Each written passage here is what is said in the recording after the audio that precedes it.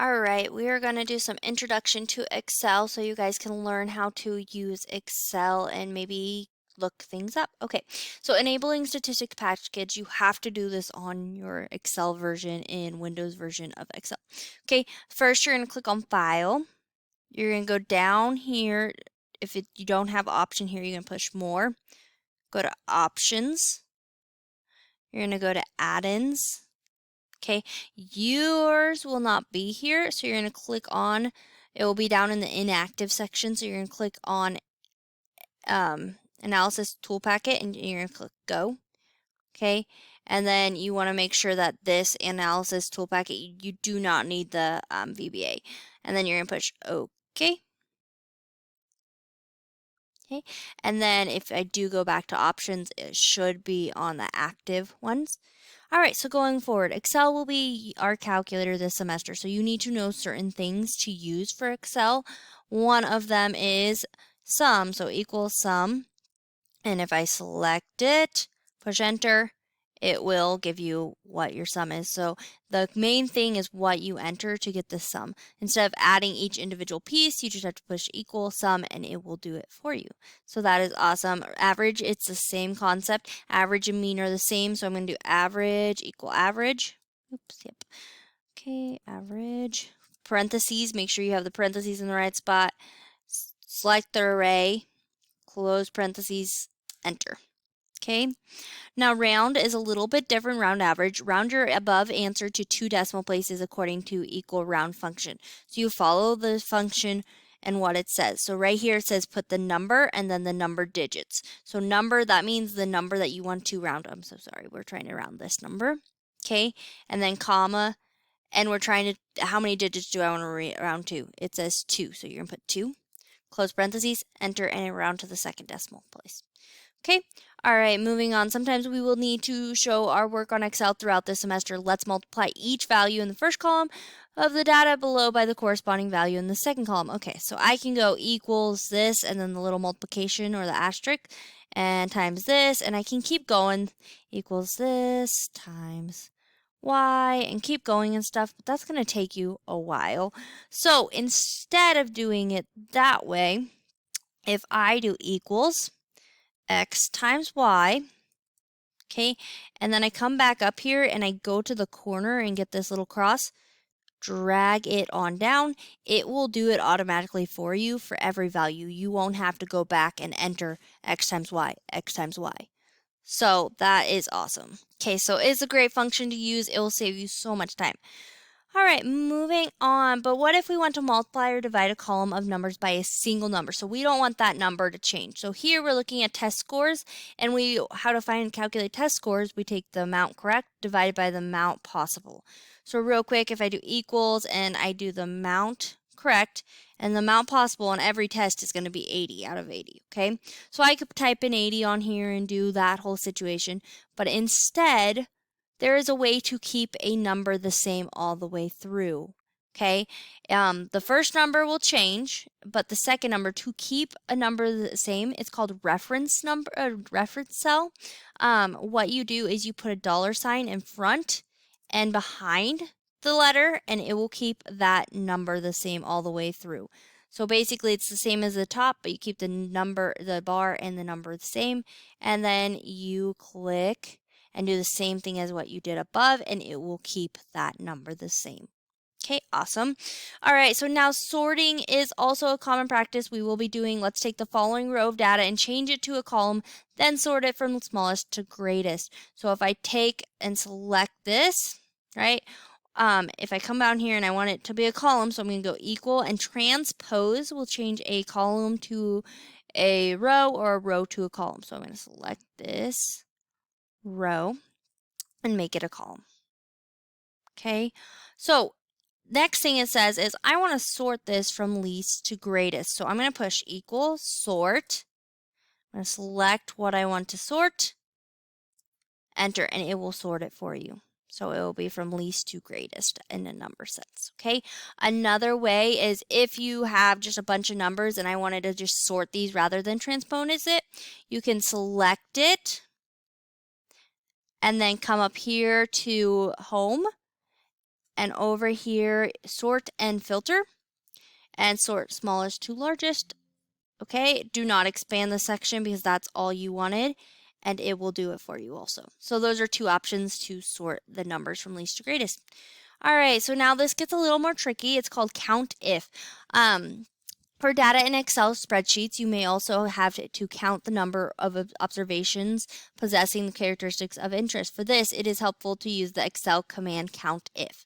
So we're just counting if. So how you use this is I want to just count the number of redheads. So I'm going to do equal count if, since it's only one, I'm going to select the range here. Okay, and then you have two options. One option, you do you put quotations and you put what you're counting, if, and quotations, and it should count it for you. Okay, another way is if you wanted to, you could collect, instead of putting the quotations, just click on that red and it will go. Okay, so brown, same thing, count if, range right here, comma. So if I did it the other way and I clicked brown, close parentheses, nope, I just want brown, sorry. It's clicking. Okay, brown, close parentheses. There we go. Okay, then black hair count if again. I'm gonna do select my rows, comma. I'm gonna do it the other way, so brown. Awesome. Oh, nope, not brown, black. Sorry, gotta change that to black. Okay, moving on. Then we have blonde hair, so equals count if, and we're gonna select the range, comma. And then I'm going to do blonde here, and there we go. Okay, so now it gets a little trickier because if we do not have, let's start with brown hair. If we do not have brown hair, so you want to count everyone who does not have brown hair. So you're going to go equal count if again because it's only one thing we're counting. So count if, oh gosh, it's not wanting to, if. Here we go, just come up here. So count if, parentheses again. Okay, and then we select the range. But we do not want brown hair. So to not have brown hair, you're going to want to do that symbol. Okay, and then you're going to want brown. 1 second. Okay, so equal count if, and then parentheses, range, comma, and then your criteria. So not is that, the less than and greater than symbol, and then put your brown in there, and parentheses, enter. And so that is not have brown hair. Okay, so this one is two different criteria. We want not red or blonde. So we don't want either one of those in there. So count ifs. Okay, it has to be count ifs. So you're going to do that. And then you're going to do the criteria. Okay, comma. And then you're going to do that not again because you don't want that and you want red. So R-E-D. And criteria, comma. And then we're going to do it again because we have two count ifs. We're going to select the criteria again, comma, and then again the little quotation, and we want not blonde. Okay, and criteria, and we got 38. So you can check over here that worked, and it did, because brown and black would be the not red, not blonde, which would be 38. The brown hair would be 18. Not brown hair, so it would be 18. Okay. All right, so let's go ahead and do this with number values now. So younger than 30. So equals count if, because we're only doing one. So count if, and we select the range again. Then we put comma, and then the criteria is younger than 30. So we want all the numbers. So we're going to put those quotations, younger than 30. So can it include 30? No, it has to be younger. So we want it all values to be less than 30. Okay, so younger than 30, so less than 30, end quotations. There you go, you got 26 of them. Okay, now between 21 and 40, so we're in between two things, so we need two count ifs. So equal count ifs instead of count if, and you're going to select the criteria, comma, then you're going to go ahead and do between, so we'll do the 21, so we want it greater than or equal to 21 because it's between, so it can be 21, so we want it greater than or equal to 21, end quotation, comma. Then we have the criteria range again.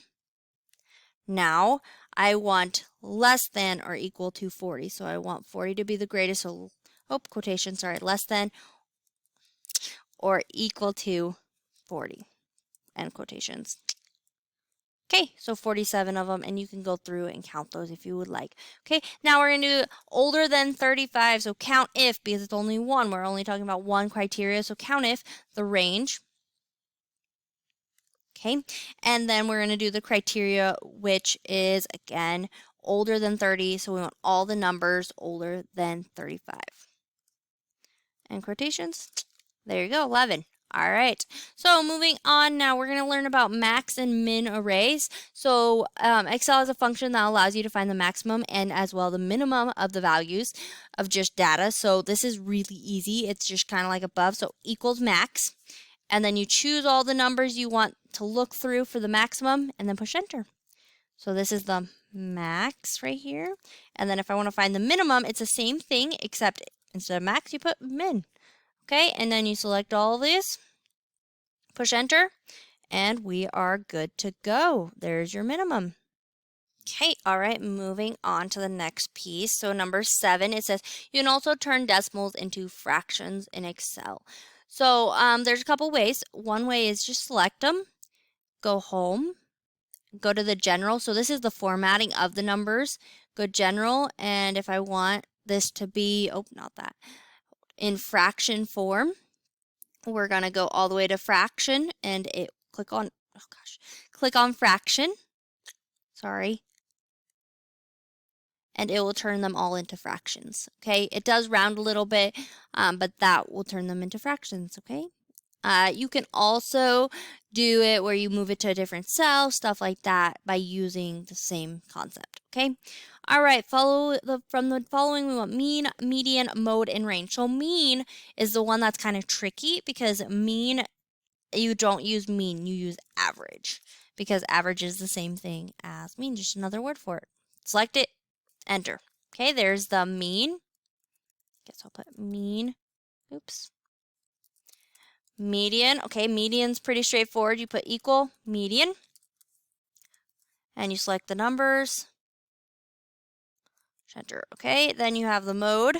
Okay, mode, there's multiple choices. So if it's a multi-mode, which means there's more than one, you can select that, and that's absolutely fine. If you want singular mode, so if there's just one, or if they, whatever it returns the most often. Usually these two are fine, or just mode, depending on if there's multiple modes, you need to do the multi-mode. Okay, all right, select. Okay, so to find the range, one thing that I wanted to show you guys is you can always go on here and Google how to find the range, how to find the minimum, maximum, stuff like that. It's great. Okay, if you go to the Google, you can figure out almost everything. Okay, so we're going to use our previous ones, our min and max, and we're going to find the range. So I'm going to do equals. I want the max number. Okay, I want the max of this. Right, close it, minus the minimum of that same array, and then enter, because it's going to take the maximum number minus the minimum 93 minus 0, which is 93. All right, awesome. Okay, so I want you to go ahead and try these on your own. If you have questions, please let me know. I will step through them if need be. All right, have a great day.